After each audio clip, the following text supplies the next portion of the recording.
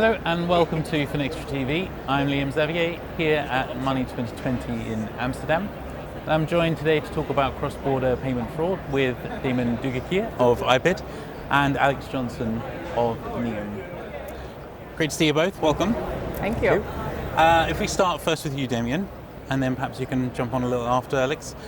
Cross-border payments, something we've heard a lot about. We covered it a couple of times in different areas. Why is it important now to have newer and constantly improving initiatives? I think what we see that is happening is that in payments, innovation usually starts at the domestic level. We see payments have moved faster and faster towards instant payment at the domestic level. And then regulators have also introduced the right trust frameworks like account verification at the domestic level.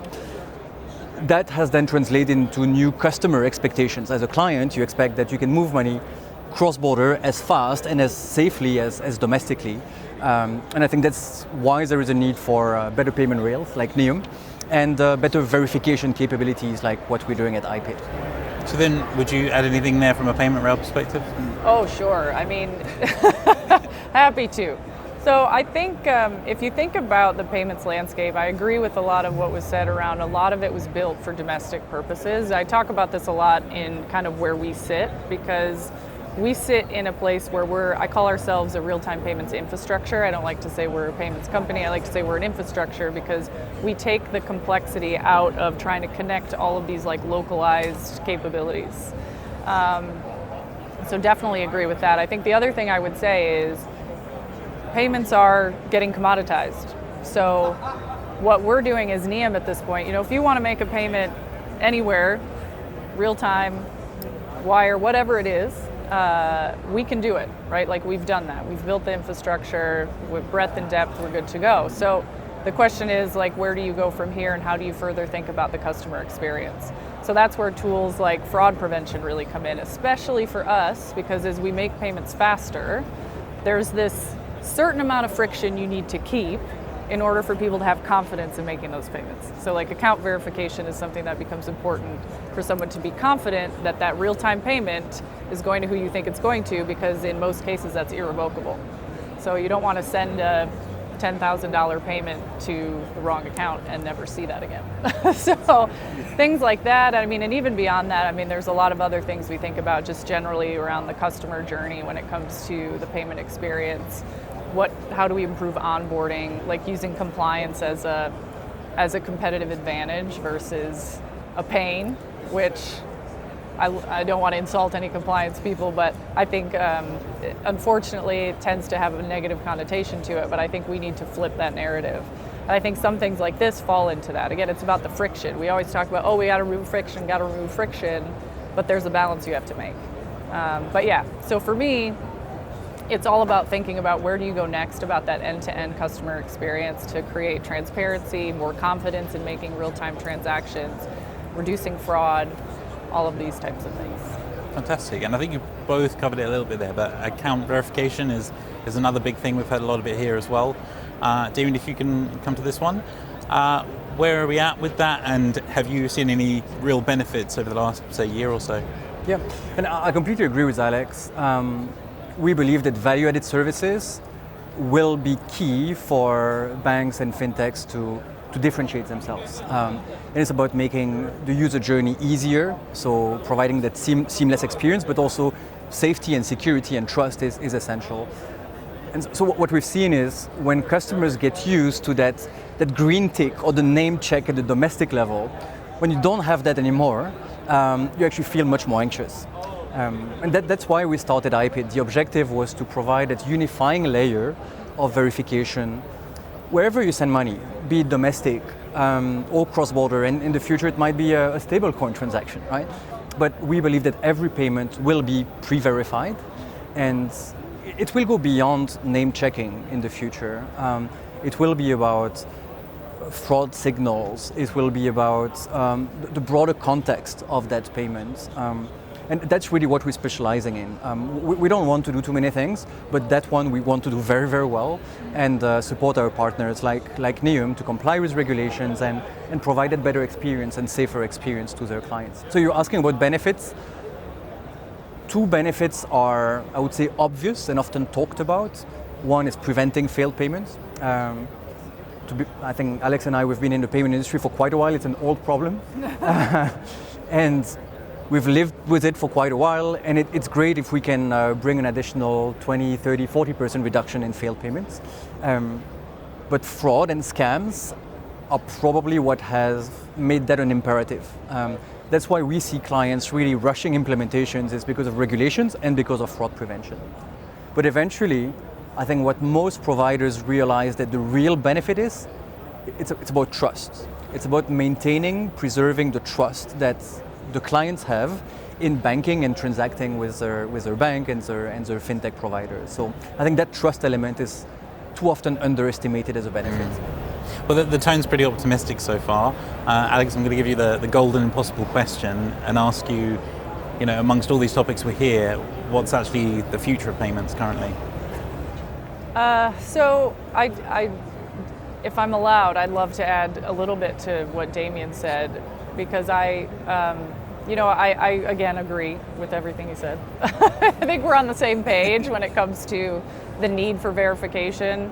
Again, we've been in this a long time. There's absolutely a need. I agree that the next steps are going to be, signals around fraud, because you can verify an account, but you don't know if that account's been associated to fraudulent activity necessarily.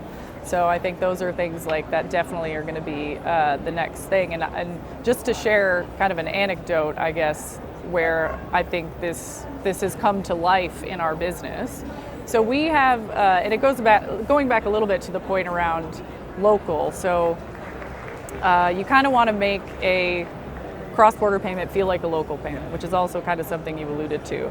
And so in our infrastructure, part of what we're able to do on the validation side, because we're a PSP, is we can pull the validations from the local market, and then where we can't, we partner with like an iPiD to do that. So we have this awesome infrastructure we're able to put together to validate in, hopefully one day, every place in the world. We'll get there, I think.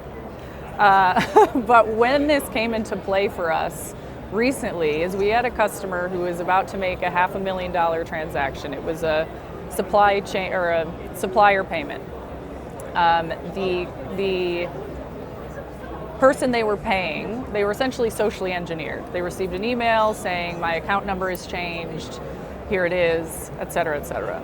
Put that through the validation service that we have, and it came back and said, no, that account does not match. And so they didn't send the payment and ultimately realized that this was fraud and did not lose that $500,000. So it's just, I like to use that example because it just really shows the true implication of this. Like there's, yes, fraud prevention, obvious, but like there's cost, there's customer experience, there's all these things that kind of get wrapped up into that. So then to your question, apologies.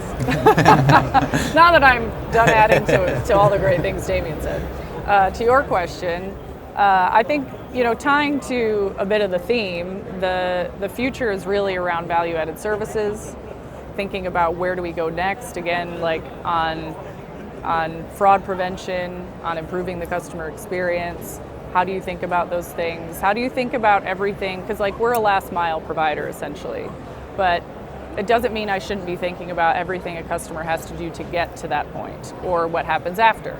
So how do I really encompass that entire customer experience into what I essentially care about and what I deliver? I think that's going to be key because that's going to set players apart. It's either going to be you differentiate yourself or there's going to be consolidation. It's going to go one way or the other.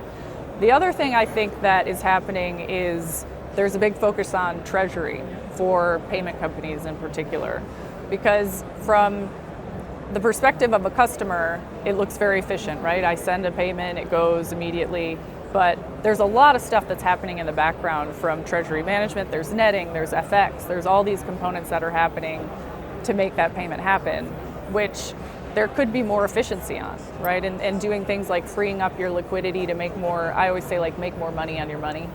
I like to say, doing things around potentially using digital assets or digitized money to make more real-time transactions, 24/7 type of treasury movements. I think there's going to be a lot around, things like open banking, stable coins, real-time payments, coming together to optimize treasury, both for companies like us and, to be honest, like our customers as well. And obviously, AI can't have a conversation without saying it. You know, it's an overarching theme across everything. I mean, even the things that like we're talking about around fraud signals, right? That's all going to be AI driven, right? So AI has so much potential that has not been tapped yet. I think there's still a lot of learning to be had. I think obviously there's some learning for AI to do, obviously, as well. Some bias that needs to be removed. Anyways, a lot that needs to be done, but there's a lot of opportunity there as well to improve compliance and many other things, which will be a big focus in the future as well. Amazing. Anything to add there? So I think account to account will increasingly look like card payments in terms of value-added services. Not from a cost perspective, but from a value-added services and intelligence point of view. And probably we'll move more towards account to account being a two-steps process, where you have a first step, which is a pre-check. Should I send that transaction? Is it a safe transaction? But also, what's the most efficient path to send that transaction? Because there are more and more rails, so you will need an orchestration between rails. And I think that first step is something that is just starting to appear, and so we want to lead in that space of prepayment, bringing the intelligence up front so that then the money movement part is really frictionless. Thank you again for joining us. It's been fantastic and very insightful. Thank you, Liam. Thank you.